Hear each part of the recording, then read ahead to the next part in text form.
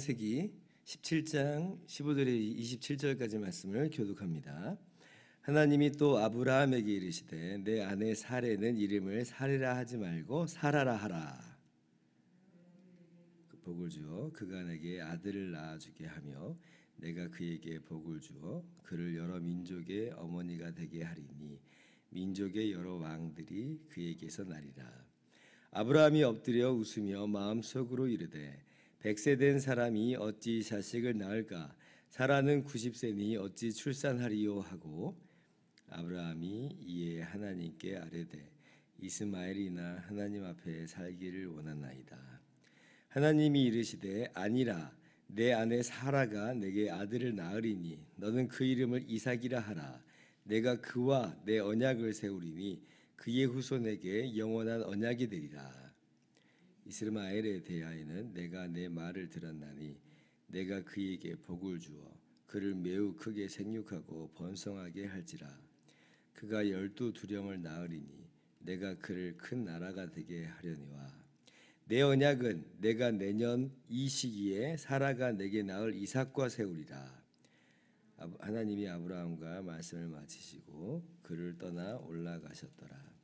이에 아브라함이 하나님이 자기에게 말씀하신 대로 이날에 그 아들 이스마엘과 집에서 태어난 모든 자와 돈으로 산 모든 자 곧 아브라함의 집 사람 중 모든 남자를 데려다가 그 포피를 베었으니 아브라함이 그의 포피를 벤 때는 99세였고 그의 아들 이스마엘이 그의 포피를 벤 때는 13세였더라.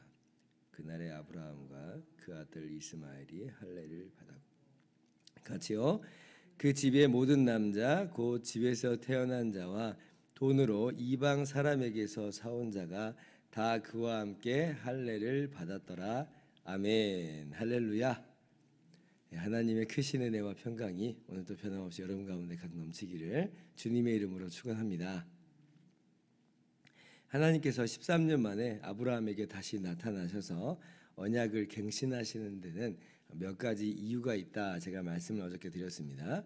그 중에 하나가 이제 오늘 본문에 나왔는데요. 그것은 다름 아니라 아브라함과 맺으신 이 언약은 바로 이삭을 통해서 계승된다라고 하는 것을 알리시고자 하는 거예요. 이스마엘이 아니라 이삭이 언약의 계승자가 된다라고 하는 겁니다. 하나님께서 우리가 지난주 주일날 살펴본 것처럼 창세기 15장 4절에 뭐라고 말씀하시냐면 내 몸에서 날 자가 너의 상속자가 되리라 그랬어요. 근데 지금 어떤 상황이에요? 아브라함의 몸에서 난 상속자가 있어요, 없어요? 있잖아요. 어떻든지 간에 아브라함에게서 난 자가 있는 상황이에요. 하가를 통해서 아브라함의 씨가 지금 나온 거거든요. 그래서 지금 이 상황은 아브라함은 지금 무슨 생각을 할 수밖에 없냐면 하나님께서 이스마엘을 통해서 이 언약을 계승하게 하실 것이다 라고 생각을 할 수밖에 없는 상황입니다. 철석같이 그렇게 믿고 있는 거예요. 그래서 18절에 아브라함이 뭐라고 하나님께 이야기해요? 이스마엘이나 하나님 앞에 살기를 원하나이다 이야기를 하는 거예요. 이건 괜히 튀어나온 말이 아니라 그냥 아브라함의 마음속에 있는 게 탁 나온 거예요. 아브라함은 어떤 생각을 딱 하고 있냐면 이스마엘이 언약의 계승자야 라고 이제 생각을 하는 거죠. 근데 이제 하나님께서는 그거 아니다라고 분명하게 말씀하시는 거예요. 19절 아니라 내 아내 사라가 너에게 아들을 낳으리니 너는 그 이름을 이삭이라 하리라. 내가 그와 내 언약을 세우리니 그의 후손에게 영원한 언약이 되리라. 그러니까 아브라함이 지금 잘못 생각하고 있는 것을 교정하시는 거죠. 그러면 이제 궁금한 점이 하나 있죠. 아니 어쨌거나 이스마엘도 아브라함의 몸에서 난 거잖아요. 근데 왜 굳이 사라를 꼭 통해서만 나와야 되는가? 이런 이제 궁금함이 좀 있죠. 왜 사라를 통해서만 언약의 계승자가 되게 하시는가라고 우리가 좀 궁금하게 생각할 수 있는데 이걸 보면 몇 가지 우리가 좀 알 수 있는 귀한 교훈이 있죠. 먼저는 뭐냐면 하나님께서 여자도 동등하게 언약의 동반자로 삼으셨구나라고 하는 것을 우리가 알게 됩니다. 이게 무슨 얘기냐면 어떤 여자든지 뭐 하갈이든지 사라든지 아니면 제3의 또 다른 여자든지 간에 어떤 여자든지 상관없이 아브라함의 자식이기만 하면 돼라고 한다면, 그래 버리면 여성의 지위, 어떤 여성의 어떤 역할, 어떤 위치, 이런 거는요 그냥 없는 거나 다름없는 거예요. 꽂아 놓은 보리자루와 같은 거죠. 아니 누가 아무나 되는데 뭘. 그러니까 남자는 꼭 아브라함이어야 됐잖아요.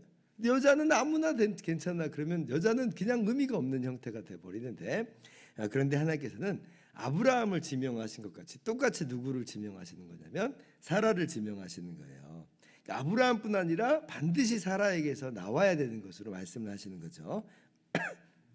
그러니까 하나님께서 구약 성경 보면 여성의 위치와 여성의 지위, 여성의 신분을 남자와 정말 똑같이 했다는 걸 우리가 너무나 잘 볼 수가 있어요. 구약에서부터도 그래요. 창조 때도 이미 하나님께서 남자와 여자를 창조하실 때 하나님의 형상대로 창조하셨어요. 남자만 아니라 남자와 여자를 하나님의 형상대로 창조하셨다. 또 아담에게서 비록 아담의 갈빗대로 하와를 만드셨지만, 그러나 동등한 돕는 자로, 돕는 배필로서 이렇게 하나님께서 창조 때도 여성의 위치를 그렇게 세워 놓으셨거든요. 언약도 마찬가지라고 하는 거예요. 언약도. 물론 구약의 어떤 문화적 배경이 가부장적인, 이 남성 중심적인 그러한 이 기술 방식을 택한 것이 사실입니다만은, 그러나 오늘 보세요. 사라를 통해서만 언약이 이제 이어질 수 있게 하는 걸 보면 지금 언약에 있어서도 동등한 위치와 동등한 신분과 지위를 지금 보장하고 있는 거죠. 그러니까 여자의 역할, 여자의 기능, 이거는 차이가 있죠. 남자와 여자가 똑같지 않잖아요. 신체적으로도 완전 다르고 기능과 역할이 완전 달라요. 남자가 애를 낳을 수는 없잖아요. 그러니까 그런 걸 보면 분명히 기능과 역할은 달라요. 그러나 신분과 존재 자체는 전혀 다른 것이 아니다라고 하는 것을 이미 구약에서는 너무나 명백하게 잘 보여주고 있다. 오늘 말씀을 통해서 우리가 확인할 수가 있는 거죠. 뿐만 아니라 두 번째는 굳이 이제 사라라고 하는 것은 어떤 의미를 담고 있어요. 이 언약의 계승자가 전적으로 하나님의 역사로만 이루어지는 것을 똑똑하게 보여주는 겁니다. 왜냐하면 사라는 어떤 여성이에요? 사라는 아이를 낳을 수 없는 여인이었어요. 사라는 불임이에요, 불임. 아이를 낳는 것이 불가능합니다. 근데 그 사라를 통해서 하나님께서 일하시겠다라고 하는 거예요. 불가능을 가능하게 하시는 하나님의 역사를 보여주는 겁니다. 그걸 깨달아 알게 하는 거예요. 아브라함만으로는 안 돼요. 왜냐하면 아브라함은 지금 똑같이 99세이긴 하지만 이미 이스마엘을 낳은 전력이 있잖아요. 그러니까 아브라함은 불임이야. 아니 아브라함은 이스마엘을 낳았는데 무슨 불임이야 라고 말할 수 있는 거예요. 지금 자신의 몸이 죽은 것 같은 것을 느낀다 할지라도 아닐 수도 있지 라고 이야기를 할 수 있는 거예요. 그런데 사라 같은 경우는 의심할 여지가 없는 거예요. 지금 89살이 될 때까지 지금 아이를 낳지를 못했어요. 어쩌면 지금 뭐 생리도 다 끝나버리는 어떤 그런 상황일지도 모르겠습니다. 그러나 하나님께서는 바로 그 불임인 불가능한 아브라함뿐만 아니라 사라를 통해서 아들을 낳게 하심으로 이것이 하나님의 역사하심 속에서 이 언약은 계승되는 것이다. 참 믿음이 무엇인지를 보여주는 거예요. 참 믿음이라는 건 뭐냐라고 할 때에 불가능을 가능하게 하시는 하나님의 역사를 믿는 믿음이 바로 참된 믿음이라고 하는 것을 교훈하여 주시는 거죠. 인간의 어떤 능력이나 행위로 언약이 계승되는 것이 아니라 오직 하나님이 하시는 것뿐이에요. 우리는 다만 그걸 믿는 겁니다. 로마서 4장 17절 보면 그가 믿은 바 하나님은 죽은 자를 살리시며 없는 자를 있는 것으로 부르시는 이시니라. 아브라함이 바랄 수 없는 중에 바라고 믿었으니 자기 몸의 죽음과 사라의 태의 죽음을 알고서도 불가능한 걸 알면서도 하나님을 믿는 거예요. 마찬가지로 여러분 우리의 믿음 아브라함의 믿음과 똑같다고 그랬잖아요. 우리의 믿음이 뭐냐? 불가능함을 이루시는 하나님을 믿는 거예요. 어떤 불가능이에요? 하나님께서 죽은 자를 다시 살리시는 그 믿음. 예수 그리스도께서 우리의 죄를 위해서 대신 십자가에서 죽으시고 3일 만에 하나님이 일으키셨다라고 하는 이 불가능함을 믿는 믿음이에요. 다른 불가능함을 믿는 믿음이 아니고 하나님께서 죽은 자를 살리신 하나님입니다. 예수 그리스도를 다시 살리신 하나님입니다. 그러므로 주님의 십자가는 분명히 효력 있는 십자가가 맞고 그로 말미암아 우리의 죽음도 능히 살리심을 우리가 믿는 믿음인 거예요. 하나님께서 예수 그리스도를 죽은 자 가운데서 다시 살리심과 같이 그리스도 안에서 죽은 우리를 살리심을 믿으시기 바랍니다.